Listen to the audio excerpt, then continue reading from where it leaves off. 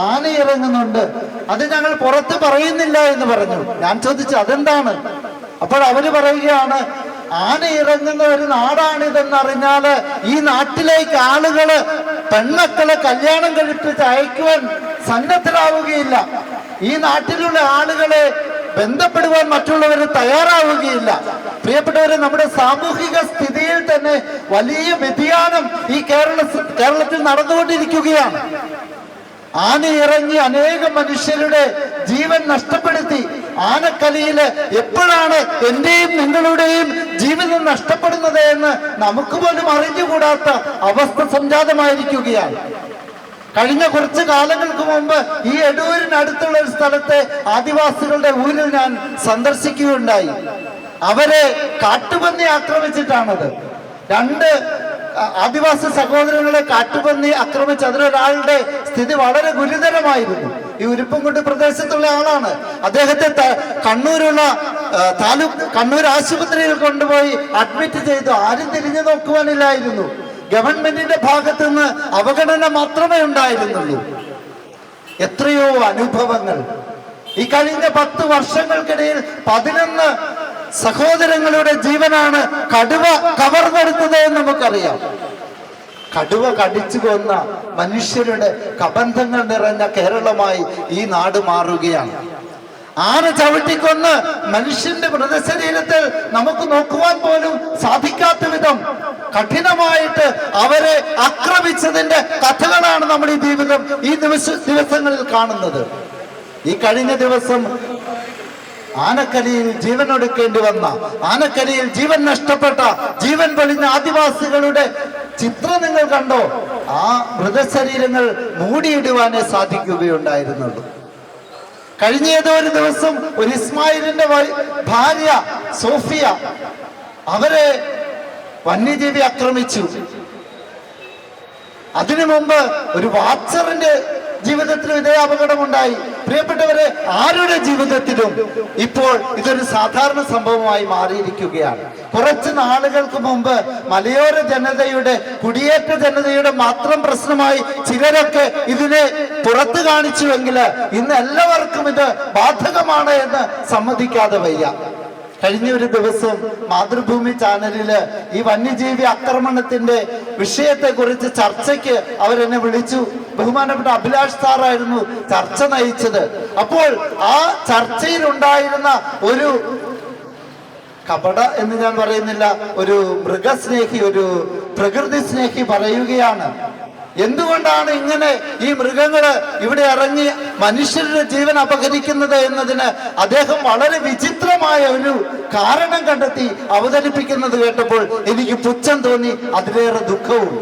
അദ്ദേഹം പറയുകയാണ്, ഇവിടെ ആനത്താരകളുണ്ട്. അതിലെ ആനകള് സഞ്ചരിക്കുന്ന ഈ ആനത്താരകള് ജനങ്ങൾ കയ്യേറിയത് കൊണ്ടാണ്, ഇവിടുത്തെ കുടിയേറ്റ ജനങ്ങള് കയ്യേറി എന്നാണ് അദ്ദേഹം വിവക്ഷിക്കുന്നത്.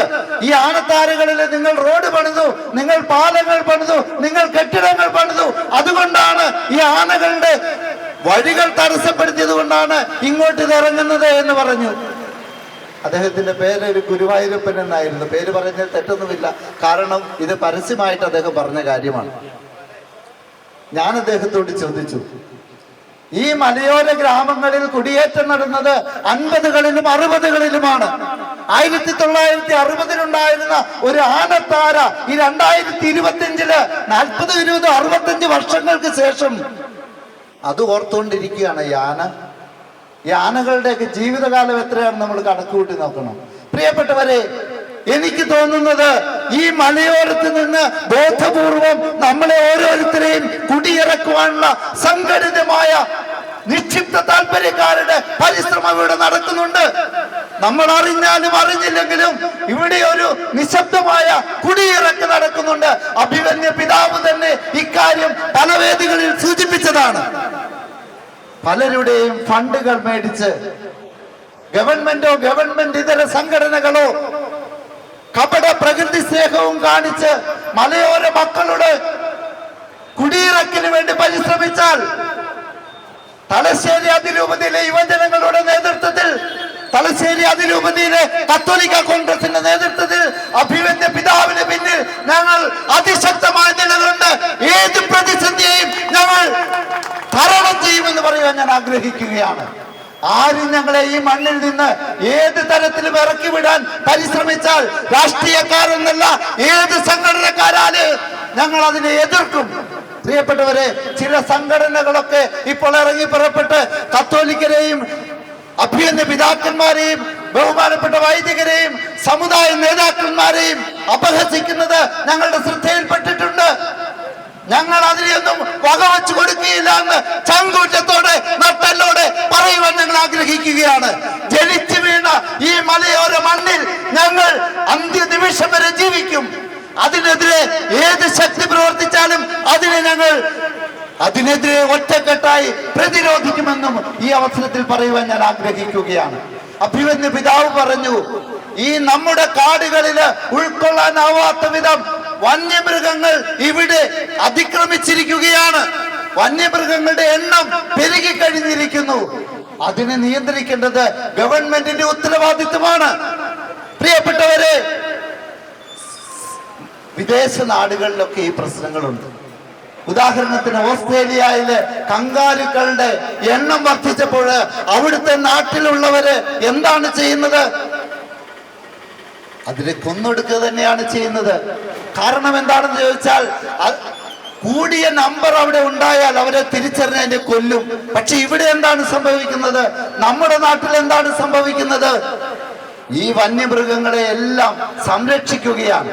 മനുഷ്യരെ സംരക്ഷിക്കാൻ മറന്നു പോകുന്ന ഭരണാധികാരികളോട് ഞങ്ങൾക്ക് പറയുവാനുള്ളത്, നിങ്ങളുടെ വനം വന്യജീവി വകുപ്പ് അത് മൃഗവകുപ്പായി അധപ്പതിച്ചിരിക്കുകയാണ്. മനുഷ്യരെ സംരക്ഷിക്കുവാൻ ഒരു മനുഷ്യ വകുപ്പ് ഇവിടെ നിങ്ങൾ ഉണ്ടാക്കേണ്ടിയിരിക്കുന്നു. ഈ പാവപ്പെട്ട മനുഷ്യന് ജീവിക്കുവാനുള്ള, അവരുടെ സ്വത്തിനെ സംരക്ഷിക്കുവാനുള്ള അവകാശങ്ങൾ നിങ്ങൾ മറന്നു പോയിരിക്കുന്നു. പ്രിയപ്പെട്ടവരെ, നമ്മൾ ഒറ്റക്കെട്ടായി നിന്ന് ഇതിനെതിരെ പ്രതികരിക്കേണ്ടത് ആവശ്യമാണ്. KCYM-ന്റെ ചുണക്കുട്ടികളെ ഞാൻ അഭിനന്ദിക്കുകയാണ്. ഇവിടെ സാമൂഹിക ബോധമുള്ള, പ്രതിബദ്ധതയുള്ള ഒരു യുവജനത ഉണ്ട് എന്നതിന് ഉദാഹരണമാണ് കത്തോലിക്കരായ KCYM-ന്റെ ചുണക്കുട്ടികൾ എന്നതിൽ ഞങ്ങൾക്ക് അഭിമാനമുണ്ട്. പ്രിയപ്പെട്ടവരെ, നമുക്ക് ഒരുമിച്ച് പ്രവർത്തിക്കാം.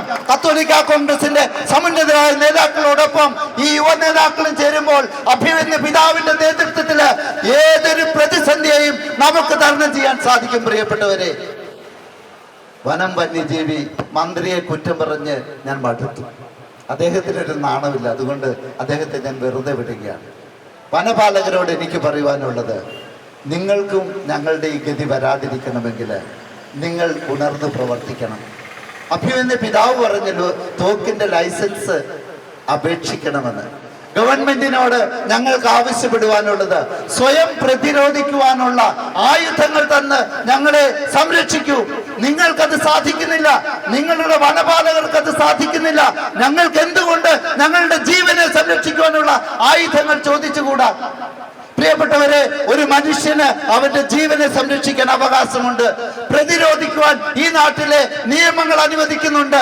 എന്നാൽ ഒരു വന്യജീവി നമ്മളെ ആക്രമിക്കുവാൻ വന്നാൽ അതിനെതിരെ നമ്മൾ പ്രതിരോധിച്ചാൽ നമുക്കെതിരെ കേസെടുക്കുന്ന കിരാതമായ ഒരു സംസ്കാരമാണ് ഈ നാട്ടിൽ നിലവിലുള്ളത്. അതിനെതിരെ നമ്മൾ പ്രതികരിക്കണം.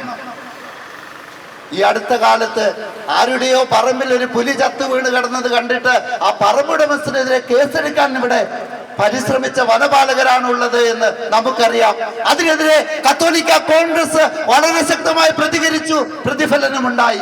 പ്രിയപ്പെട്ടവരെ, ഒറ്റക്കെട്ടായി നമ്മൾ നിൽക്കണം. KCYM-ന്റെയും കത്തോലിക്ക കോൺഗ്രസിന്റെയും നേതൃത്വത്തിൽ ഈ നാട്ടിലെ ജനങ്ങളുടെ ജീവന്, സ്വത്തിന് സംരക്ഷണം കിട്ടുന്നത് വരെ കേന്ദ്രത്തിനെതിരായാലും കേരളത്തിനെതിരായാലും നമ്മൾ പൊരുതിയേ മതിയാവും.